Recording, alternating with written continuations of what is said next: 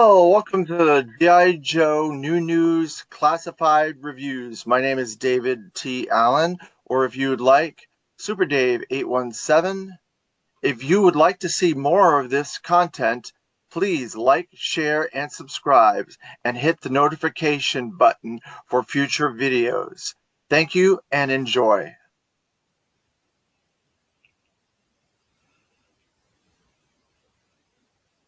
Hello, welcome to another episode of the G.I. Joe New News Classified Review.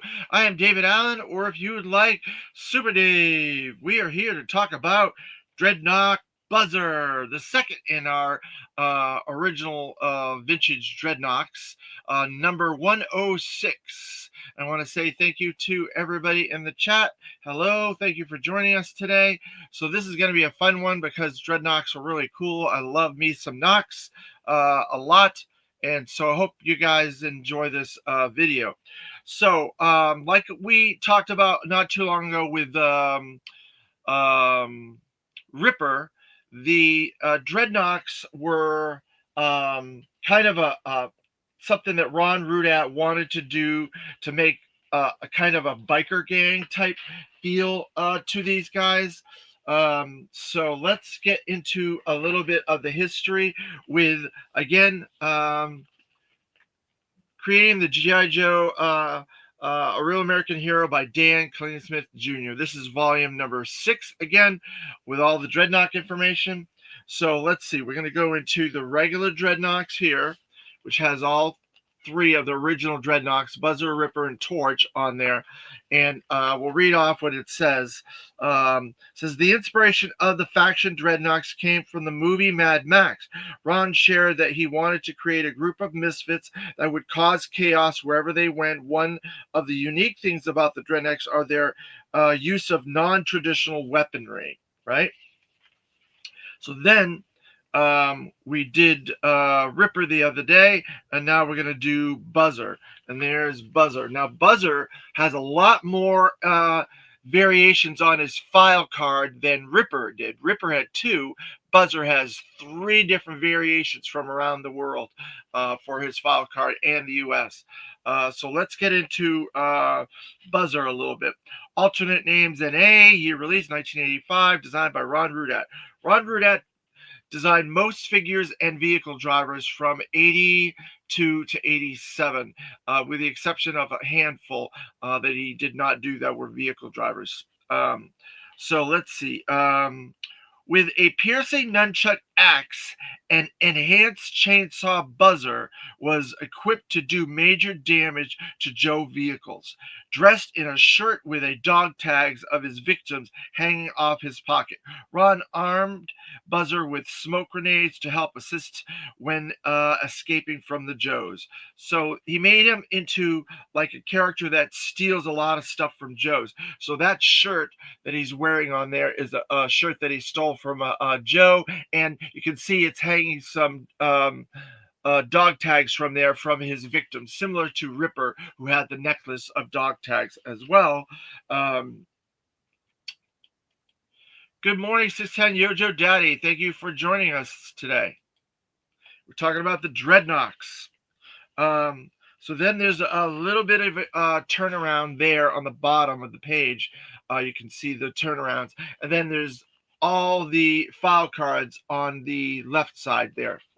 So let's get into some of these variations on the file cards. There's one where it's like over covered. So it says Buzzer was an extreme left-wing Cambridge Society. Excuse me. Buzzer was an extreme left-wing Cambridge sociology don who went to Australia to research the biker gang phenomenon, only to be transformed into the very object of his research. Years of intellectual displeasure caused repressed psychological anger manifested in an intense desire to chainsaw apart the extensive gigas of technological society. All right. So then his next one says Buzzer was an extreme left-wing Cambridge sociology don who went to Australia to research the biker gang phenomenon, only to be transformed into the very object of his research. Years of intellectual displeasure and extreme indignation at societal's two-faced morality manifested into the intense desire to chainsaw apart the expensive gewgaws of technological society. So you can see the difference there with the language. And now the third one, Buzzer was an extreme left-wing Cambridge societal sociology don who went to Australia for a short respite, only to find himself 1 year later transformed into a vexated wanderer. Years of intellectual displeasure and extreme indignation at societal's two-faced morality manifested into intense desire to chainsaw apart the expensive geek gauze of technology and society. So there, you can see how they changed each one of these file cards. Trying to find each of these variations is very difficult. Good morning, Michael Gene Fleming. Thank you for joining us. Good morning, Clement. Thanks for joining us again. I appreciate it. We're going over Dreadnok Buzzer. I'm talking about the three variations on his file card. Some of these file cards, when you get down into it, when they do variations, it's hard to get all the file cards. If you're a collector of file cards, this is one of the hardest ones to get all three of these variations. So there you go. That's Buzzer. And then his vintage package. Here's his vintage package there. Huh? Yeah. And then he got his first appearance in A Real American Hero, number 30, like his two compatriots from the Dreadnoks, Ripper and Torch. First appearance of the Dreadnoks in Marvel G.I. Joe comics from the 80s by Larry Hama. And then he also got the Dreadnoks got their first appearance in the Sunbow miniseries, the Mass Device miniseries. All the Dreadnoks appeared in there first, even Zartan. Lone Dragon, good morning. Thanks for joining us again. So the Dreadnoks are interesting in and of themselves. They were a little rowdier and they were a little bit more hectic in the cartoons. The comics, they're a little bit more subdued. I think they're playing with the Dreadnoks right now in Skybound with the Dreadnok War, and they're doing some interesting things with the Dreadnoks currently. We haven't seen Zartan yet. We haven't seen a lot of the major hitters in Skybound yet. We haven't seen Zartan.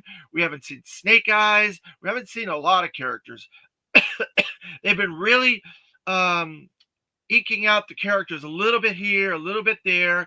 I know we get Road Pig very shortly, and Roadblock is coming up.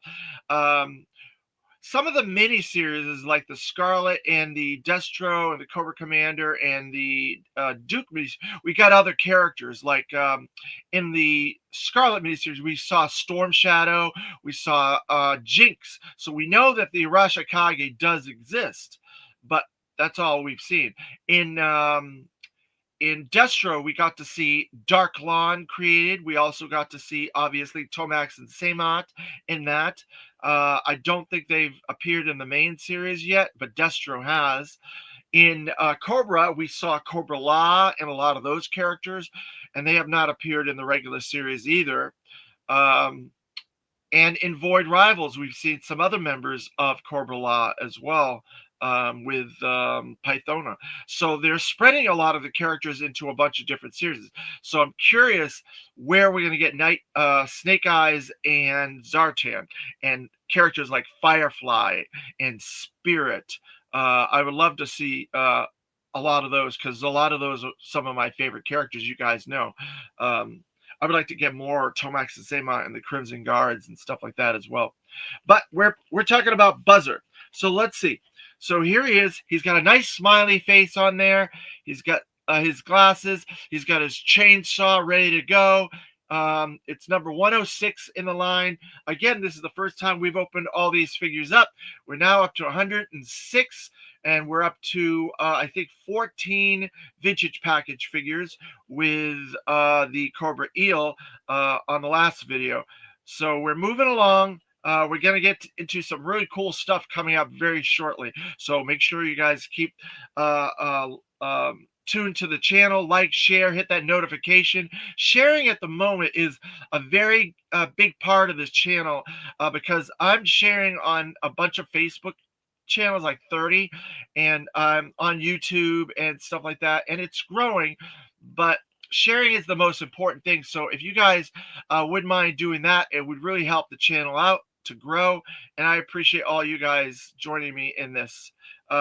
So then we have the Target artwork with the QR code to nowhere again. And then we have the render on the back, and we have all the accessories and a couple of call outs on Buzzer there with that skull and that tattoo. And then we have his designations. So we're going to look at his designations, see if they vary from Ripper's designations. So we have the skull and crossbones again, which I believe that's the same as Ripper, mercenary, yep. And then we have a knife on this one. So the knife is the knife, bladed weapons. We have the knife, and then we have the lightning bolt with that grid behind it. So let's see.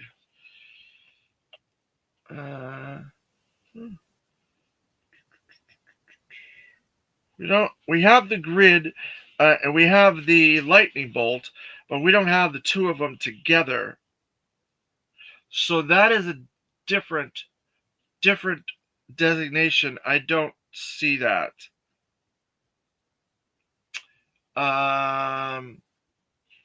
We have, it looks like a nuclear science. We have a science. I think that's a science thing on there. Yeah, that's weird for Buzzer. So there's one missing, and then we have the science one. So that's all your designations for Buzzer. A little bit different than Ripper's, because I guess he was a college student. So then we have the artwork, the Shooting the Galaxy photography again. And we have that little piece of artwork from the side, and then the cross-sell of the weapons and accessories up there on the top. So we have that photography, and this is pretty much the same setting that they stuck Ripper in, except they took Ripper out and put Buzzer in. It has the Dreadnok cola there, the purple soda. We have the drums. We have that poster again, a call out to Cold Slither poster. We have a motorcycle and the garage. So this set looks like it's the Dreadnok gas station garage is where this is. But I think that does it. I don't see any other callbacks there. There's another poster up there, but I can't really tell what that poster says in there. But so there you go. So I brought out our good friend Ripper to put together with him, and then we have the vintage Buzzer. So let's look at the vintage Buzzer. See what we have here. There. So he has his backpack. There's your vintage Buzzer. He's a pretty tight figure. He looks good. He's one of those chunkier ones. In the 85 line, 84, 85, they started doing these chunkier figures. So he's got chunky legs and a little bit chunky body. So we have his backpack that has some kerosene on it. So we'll stick that on his back there. And then we have his chainsaw weapon that he's famous for, chopping stuff up. There. And there you go. There's your vintage Buzzer. So we're going to put Buzzer over here. I think he'll stand. He's got all those callouts, that tattoo. He's got some deco hits on that shirt. It looks like a G.I. Joe shirt. And those grenades that were called out by Dan Klingsmith in his book.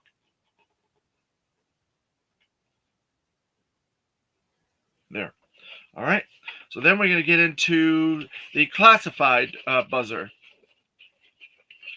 So let's get that. There he is. Buzzer. Then his weapon crate 106 Cobra. I would have liked to have had a Dreadnok insignia instead of a Cobra one. Dreadnok buzzer. I seem to have a bit of a tickle in my throat. I'm not sure why. But all right, we're going to get this opened up. I've always been a fan of the Dreadnoks. I think they're really cool. I think they're unique. We're very close to getting all the vintage Dreadnoks.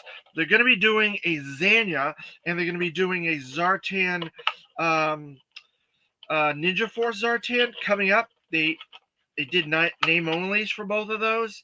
So they're coming very shortly. And then there's so all you really have for vintage is Zanzibar, and I don't know if they'll put him with his skip, and then of course Thrasher. And I don't know if they're going to give that weird Dreadnok that came with Thrasher, that opposite Monkey Wrench guy. I'm not sure. I can never remember what that guy's name is. And then the outside artwork again. So we'll put that over there. Pick up all these little doodads there. That over there.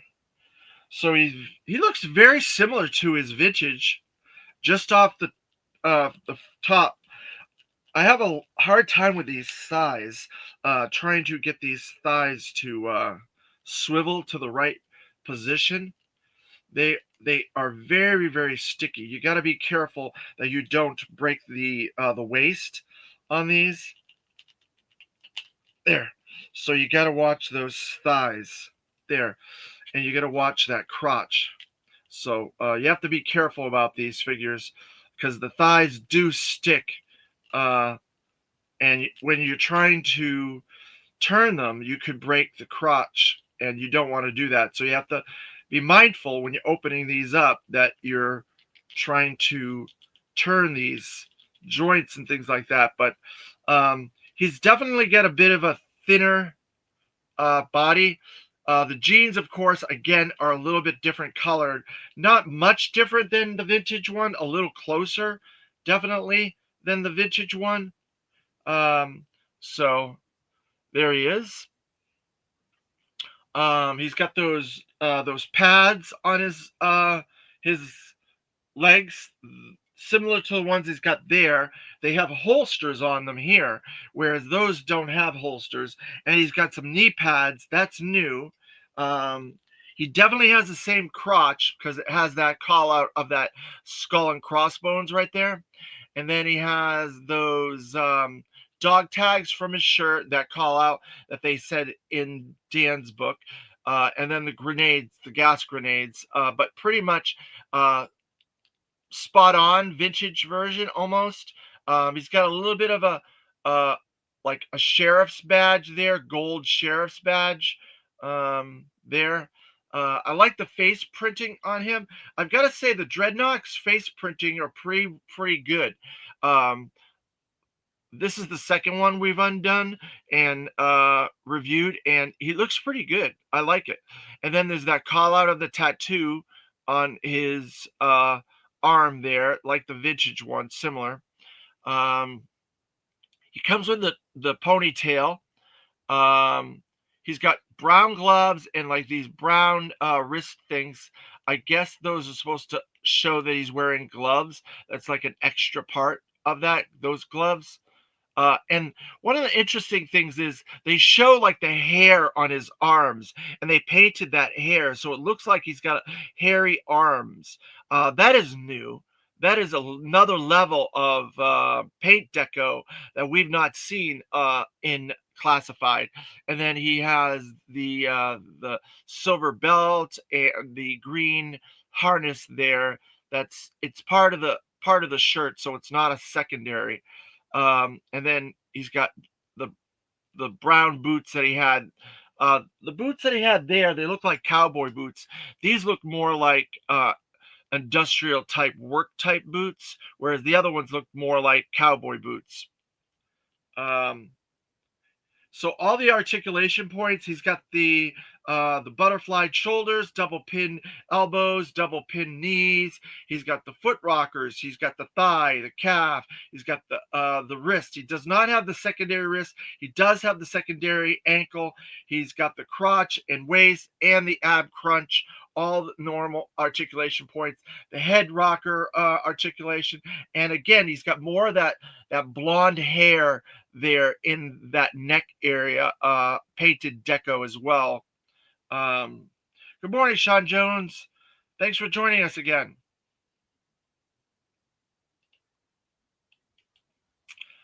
Buzzer Monday. How's everyone doing today? There you go. I think everybody's doing good. We're talking about G.I. Joe, having a good time, talking about the Dreadnoks, which is even a better time because the Dreadnoks are awesome. All right, so we'll put Buzzer there. We'll get into some of his accessories. There.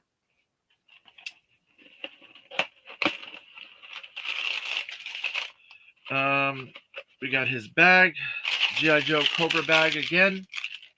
And then we got the Legal, Indicia, and Gobbledygook. We'll put that back in his weapons locker. Put his weapons locker over there. Open this up. Yeah. I forgot to put his box down here. There, put that down there. Yeah. See what comes with him. So look at that chainsaw. Wow, that's pretty big. Looks like a traditional chainsaw. It has silver deco on the blade and a little bit darker silver on the edge there, and then it's got a gray handle and everything like that. And there's a lot of detail in that. That's very, very good, I've got to say. Overall, that's excellent. So we'll put that down there.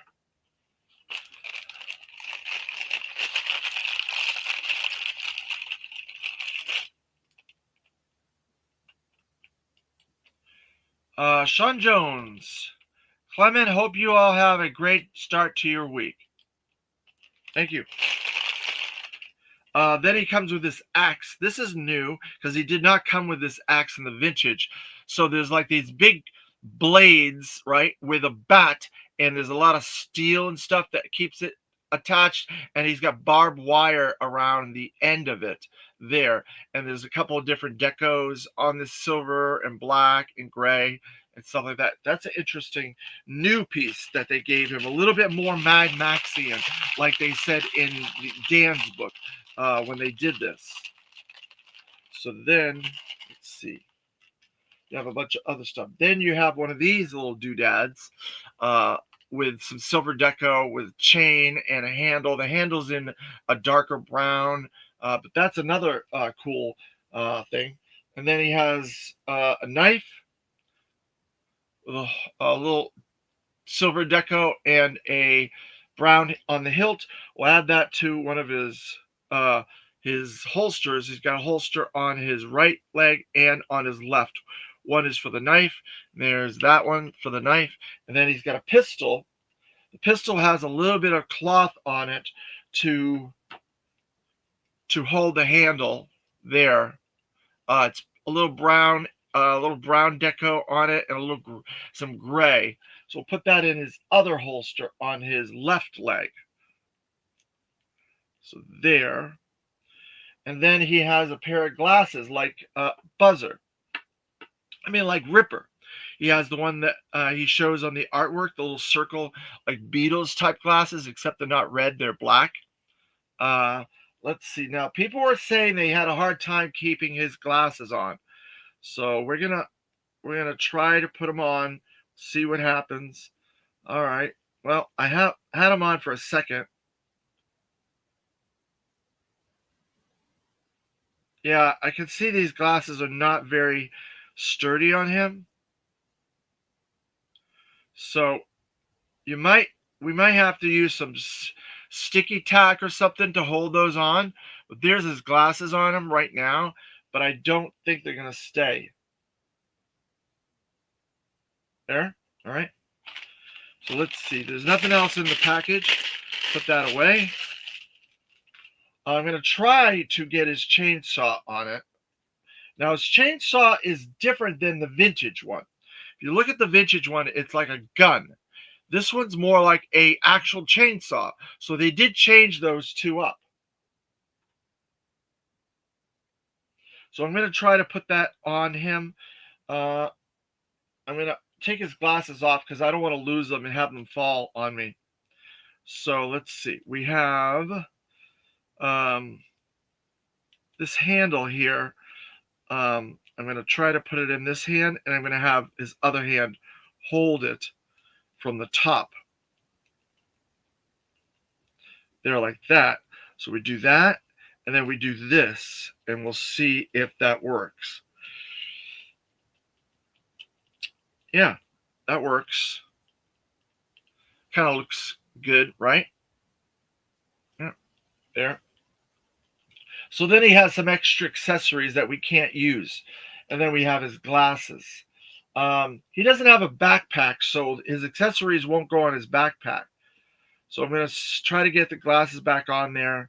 I'm going to see if I can bend the glasses a little bit this way and that way to make them maybe tighter.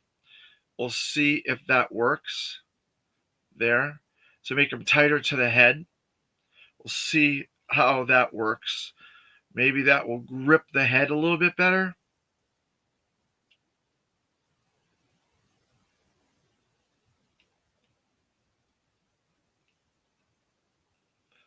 All right, so I did that. Nope, they came off and they fell just what I thought they were going to do.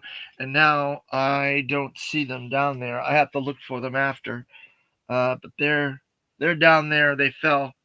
So we're going to leave that off. So we're going to put Ripper and Buzzer together there.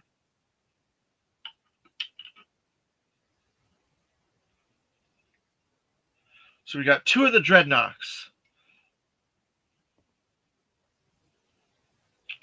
So now we're just waiting on Torch to come down the line. He's not that far away either. He's in the 20s. So we're in the mids. So hopefully he won't be too far off and we can add him to the Dreadnoks. But there's going to be a lot of Dreadnoks coming over the next 60 or 70 figures. So that'll be pretty good. We can add all those Dreadnoks to our Dreadnok shelf. I've been adding shelves to my display because we've been getting so many figures, it's been difficult. And then we can put him on a stand. Let's see, we'll get a stand out for him. And he seems to be standing pretty good, though, the way he's standing there.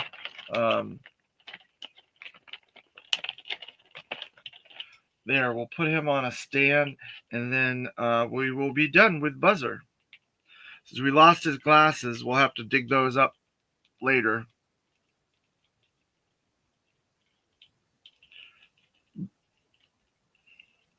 Yeah. So, I hope you guys enjoyed this review of Buzzer.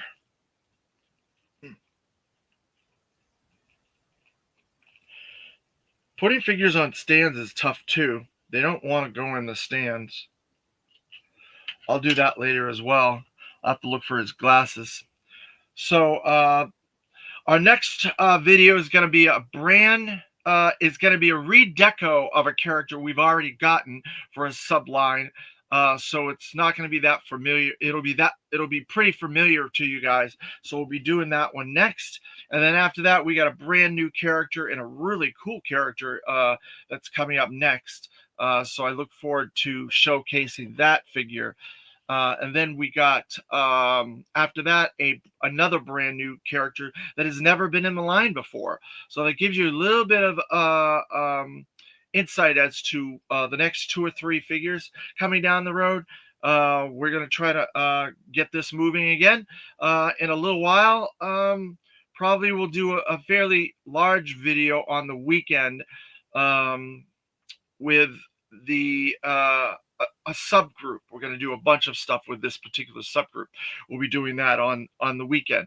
I hope you guys watched my deep dive into classified vehicles on the last video we did over the weekend.